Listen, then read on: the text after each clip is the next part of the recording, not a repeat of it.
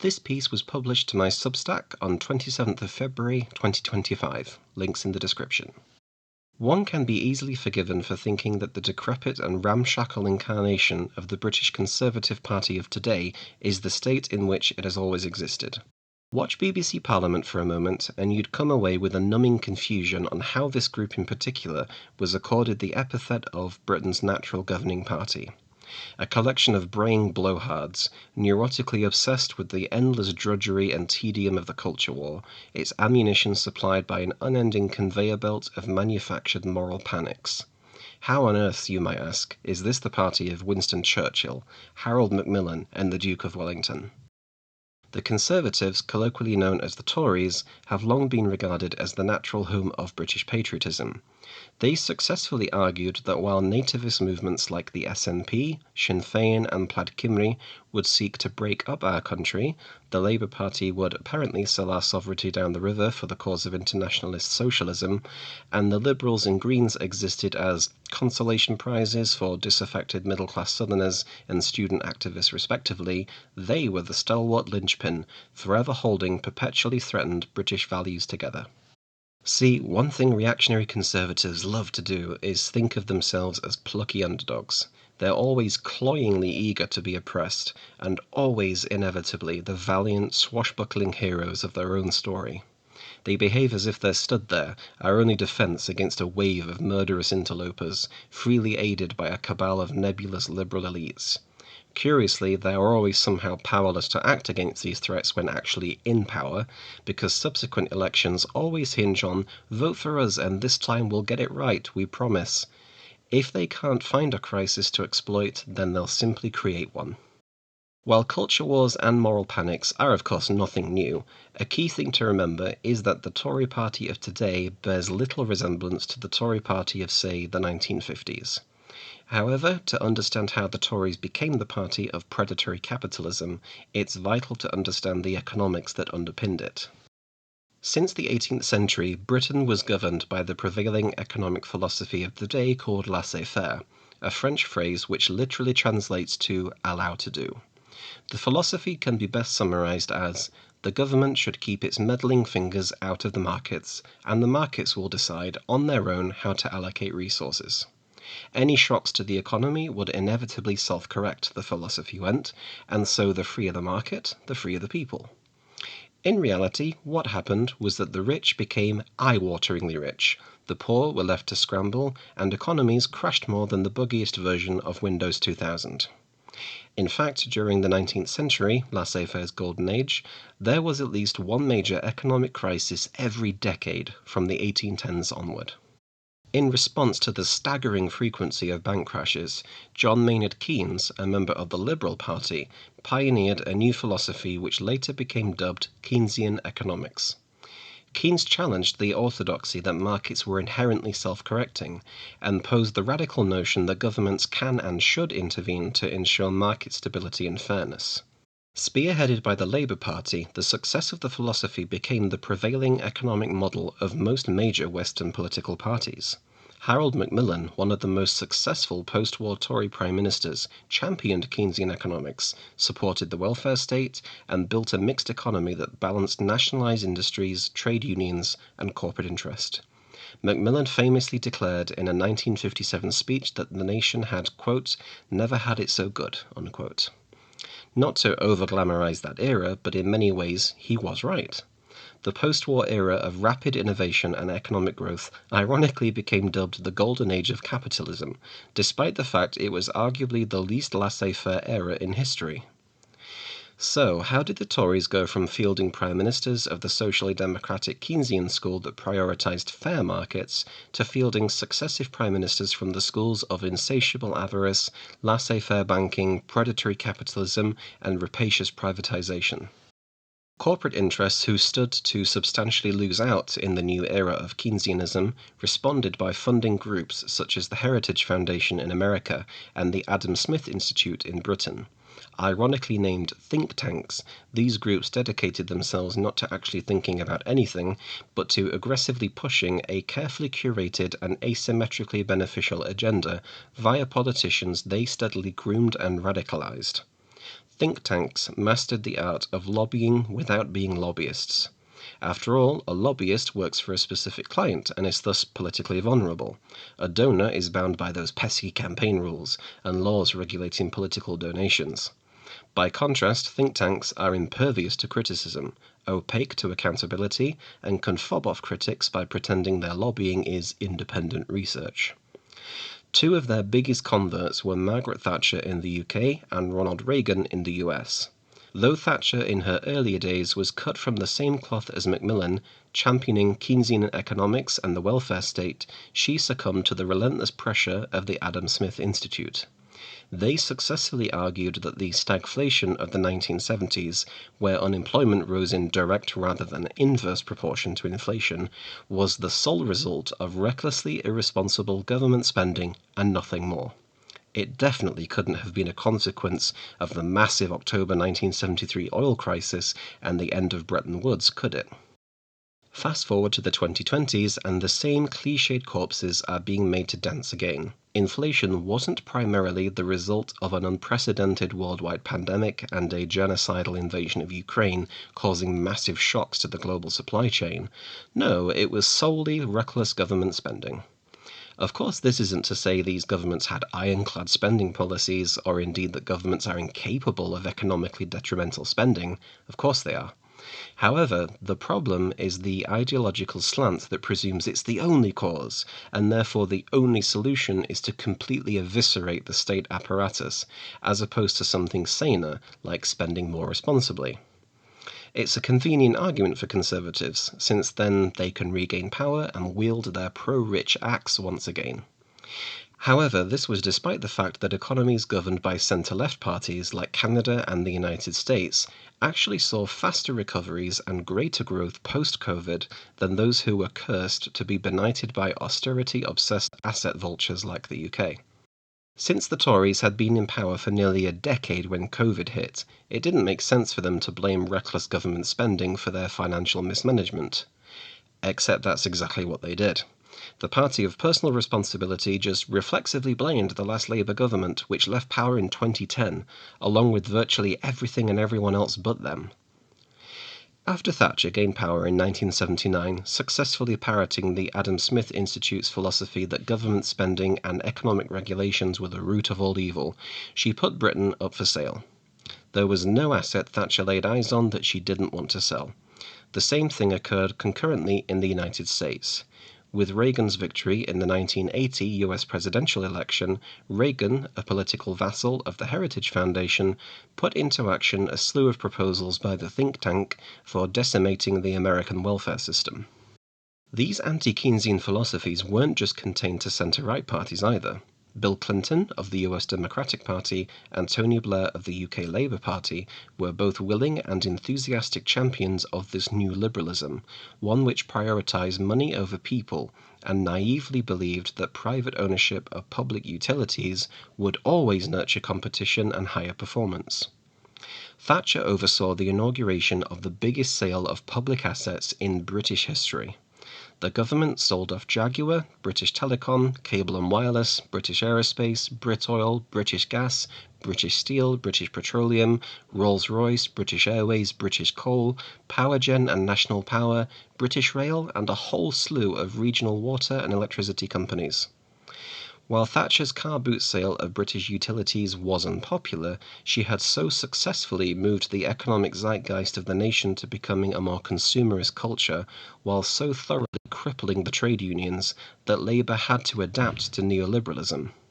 It should be no surprise that Thatcher stated her greatest achievement was Tony Blair and New Labour, because she had successfully brought enough ideological ruination to Labour's traditional base that they adopted her economic policies.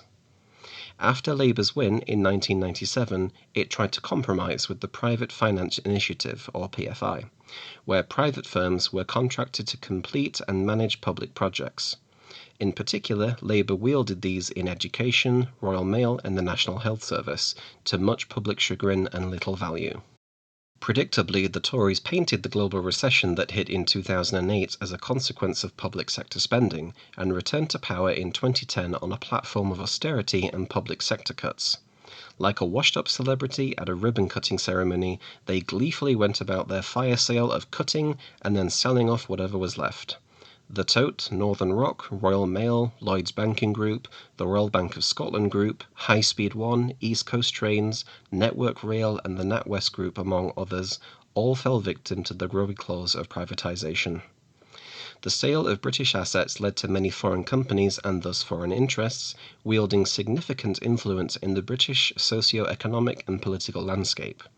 While foreign investment isn't inherently a net negative for a society and shouldn't be reflexively spurned, it does become a problem when so much of it is concentrated in the hands of external actors, and helps to contribute to a loss of identity, that nothing around you is truly yours. Of those aforementioned assets, Jaguar is now owned by an Indian company, British Telecom partly owned by Indian, German and Mexican interests, British Steel by a Chinese company, British Airways partly owned by Spanish and Qatari companies, and Powergen, now Eon UK, which also owns National Power or npower, by a German company. That's not all. Companies which were once considered staple British brands were shipped off overseas. Cadbury's, Walker's Crisps, Lee & Perrins, Lyle's Golden Syrup, Hartley's Jam, Innocent Smoothies, Waterstones, and even Manchester United are all owned by American companies and interests. Bentley, Mini, and the car manufacturing division of Rolls-Royce by the German Volkswagen Company. Aston Martin is partially owned by Canadian, Kuwaiti, and German interests. Tetley, the tea company, is owned by an Indian firm, though at least this makes some sense. Dulux, Marmite, and Wall's Ice Cream by Dutch companies, and Kit Kat is owned by the Swiss giant Nestlé, infamous for attempting to privatise water. It has been a common maxim in some circles that the reason America became the powerhouse of innovation was because Europe became over-reliant on regulation which stifled growth. America innovates, China replicates, Europe regulates, so goes the phrase, though I'd also add, and Russia decimates. While there is some truth to this argument, it's also in large part because the desperate capitalism that underpinned the neoliberalism of the 1980s and 1990s saw a willingness to sell any industry and asset to anyone flaunting the cash, which after the damage World War II did to Europe was always going to be America, and falling into the sedentary habit of outsourcing new needs and market gaps to foreign companies. When Britain wanted a new 5G network, it didn't seek to innovate that itself, it went to Huawei, though this was mercifully nixed. When we wanted to fill out our tech sector, we didn't really make any effort to create our own. We just invited in Microsoft, Google, Facebook and Twitter to do it all for us. The same thing is happening now with AI. Rather than encouraging our own startups, we're just leaving it to American firms. Given Britain's close historic links with America and America's economic might, it's no surprise that Britain has, for better or for worse, become gradually Americanized in virtually all aspects of our society.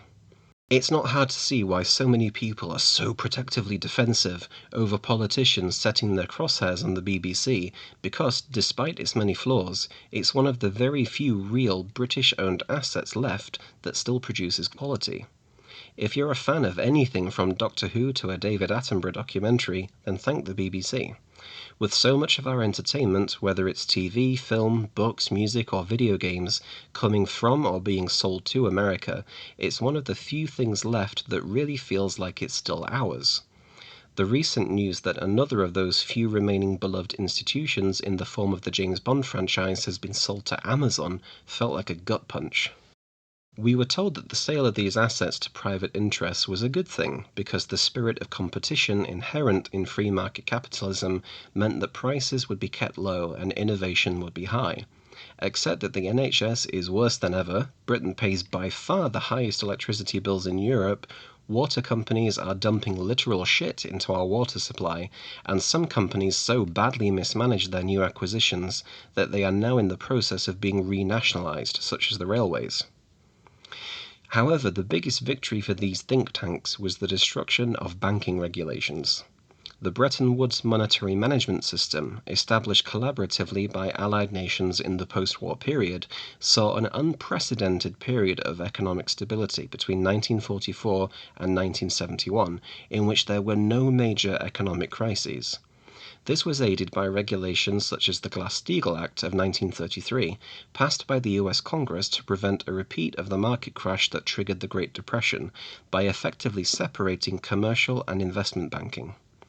In the UK, the Bank of England was nationalised in 1946, allowing closer government regulation of the banking sector. This came to an end in the US in 1999 with the Gramm-Leach-Bliley Act, signed into law by Bill Clinton, allowing banks to once again take huge risks, while in the UK, regulation of banks was moved away from the Bank of England in 2001 to the Financial Services Authority, a body which operated with complete independence from the government. Less than a decade later, the lack of banking regulations led directly to the Great Recession of 2008, the most severe economic and financial crash since the Great Depression of the 1930s. The ironic part is that these crashes were mitigated by using public money for the government to buy shares in these banks, bailing them out for the colossal screw-up they caused. In the wake of the financial crash, world leaders like Nicolas Sarkozy and George Papandreou called for the revival of a Bretton Woods-esque system. Unless the pendulum of banking regulation swings back, we can expect more devastating crashes as bankers and speculators run wild with our money. Rampant, unfettered privatization took us back to the pre-war era. Now these private interests want to complete the job by returning us to the heyday of unrestricted laissez-faire of the 19th century. It's no coincidence that when Donald Trump pitches to the public his maniac-wielding-a-chainsaw approach to gutting US regulation, he justifies it with the claim that the late 1800s was the best time to be alive. It's this brand of aggressive reactionary politics and utterly demonic arson of public assets that has infected and corroded the British right until it morphed into a pathetic and grotesque tribute act of the American right. And look, when it comes to Americanization, I'm not a monster. I love the carnival-like approach Americans take to Halloween that's becoming more prevalent in the UK. Costco is one of the best places on earth, and I love a good bucket of KFC while watching a HBO drama just as much as the next person. But one area this influence has become truly corrosive is in our politics. It's now par for the course to see British Tory politicians embarrassing themselves by using Americanized jargon like tofu-eating wokerati, or to watch the disgraced failure that is Liz Truss, the shortest-serving Prime Minister in British history whose term was outlasted by a lettuce, a fact she's clearly never gotten over, traipse around the US Republican circuit like a lost puppy, debasing herself by miserably begging for some form of attention and validation from the alt-right big boys. Kemi Badenoch, the new leader of whatever it is in Parliament masquerading as the opposition party, is determined to permanently shackle the UK to its lopsided marriage to the US, no matter how abusive and coercive the American partner becomes under the Trump-Musk regime. Endless American moral panics about free speech, immigration, LGBT+ rights, democracy and culture pour over into the British psyche, so much so that we parrot American talking points without even realising it. The Scottish Conservatives rushed to mimic Elon Musk's Doge, and, not to be outdone, they were quickly followed by Scottish Labour, who responded with, "Oh no you don't, not if we do it first." It's not uncommon to see people using American-centric terms like separation of powers, which doesn't exist in the UK due to parliamentary supremacy, or BIPOC, a totally meaningless term in the UK which is why we have our own, BAME. The more reactionary and radical conservative elements of British society, which has their avatar in the Reform Party, lean into their vassal status of American interests even harder. Reform's leader, Nigel Farage, who after multiple attempts was successfully elected as an MP in the 2024 election, seemingly spends more time flying out to Mar-a-Lago and milling around convention centres hoping in vain for an audience with his idol than he does in his own constituency. His stance that we need to privatise the NHS in its entirety isn't surprising, since it's likely it will be the insurance industry parasites of his pal Trump that will come to peck at the corpse. Reactionary voices like the sentient mannequin Darren Grimes publicly advocated for the US to quite literally invade the UK and annex it as the 51st state. Jeremy Clarkson, who I think would spontaneously combust if he wasn't in the headlines for at least one day, penned an article saying Trump should buy the UK. And of course, these intellectually and morally stunted dimwits will always insist that they're just joking, until they aren't. Now, with virtually nothing left to sell off, British Tories and reactionary Conservatives have resigned themselves to one final sale: Britain herself. The Tories and other reactionary Conservatives are no longer interested in British patriotism. They aren't patriots, and they shouldn't pretend to be. They are instead content to be the footstools of the American political and corporate machine, begging to eat their table scraps like a whip dog. That's exactly what they are now, so they should at least be honest about it, and stop pretending they're doing what's best for Britain. While the Labour Party has thankfully shown some signs of returning to its more Keynesian roots, such as nationalising the railways, a low bar I know, it needs to do much more, and to have no shame in making that case to the British people, instead of constantly trend chasing whatever the Conservatives do because they're terrified of losing right-wing voters while alienating their own base. To the Conservative Party and the likes of Reform, I only have this wish: recover some dignity and grow a fucking spine.